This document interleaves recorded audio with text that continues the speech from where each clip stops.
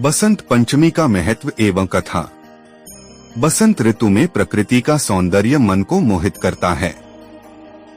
इस ऋतु का स्वागत करने के लिए माघ महीने के 5वें दिन भगवान विष्णु और कामदेव की पूजा की जाती है, जिससे यह बसंत पंचमी का पर्व कहलाता है। बसंत पंचमी का संबंध रामायण काल से भी जुड़ा हुआ है। इसी दिन भगवान राम सीता जी की खोज करते हुए शबरी की कुटिया में पहुंचे थे। शास्त्रों में बसंत पंचमी को ऋषि पंचमी से उल्लेखित किया गया है। बसंत पंचमी को श्री पंचमी और सरस्वती पंचमी के नाम से भी जाना जाता है। बसंत पंचमी के दिन को देवी सरस्वती के जन्मोत्सव के रूप में भी मनाते हैं।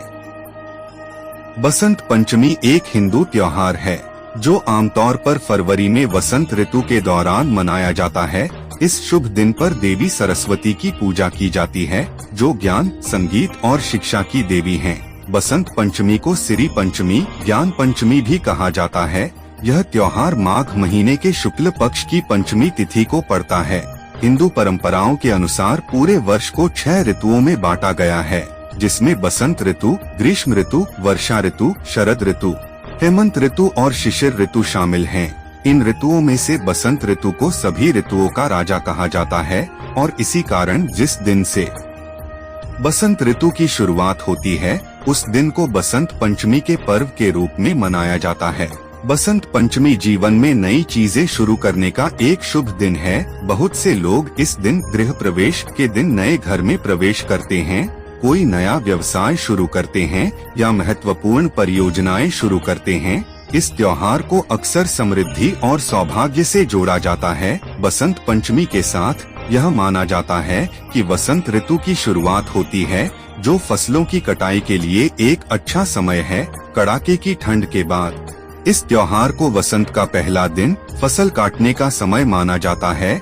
चूँकि भारत मुख्य रूप से एक कृषि प्रधान देश है, इसलिए यह समझ में आता है कि यह त्योहार भारतीयों के दिलों में काफी महत्वपूर्ण स्थान रखता है।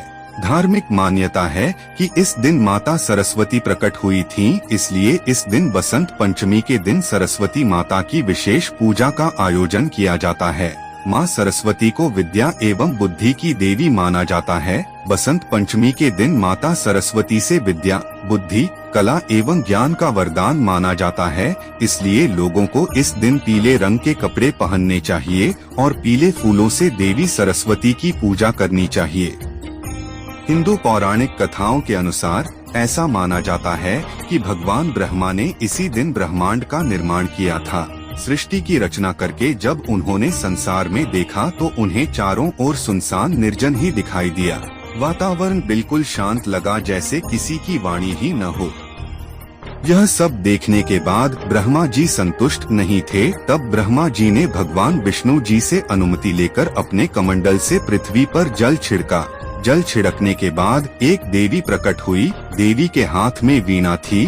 भगवान ब्रह्मा ने उनसे कुछ बजाने का अनुरोध किया ताकि पृथ्वी पर सब कुछ शांत न हो। परिणाम स्वरूप देवी ने कुछ संगीत बजाना शुरू कर दिया। तभी से उस देवी को वाणी और ज्ञान की देवी देवी सरस्वती के नाम से जाना जाने लगा। उन्हें वीणा वादिनी के नाम से भी जाना जाता है। ऐसा माना जाता है कि देवी सरस्वती ने वाणी, बुद्धि, बल और तेज प्रदान किया।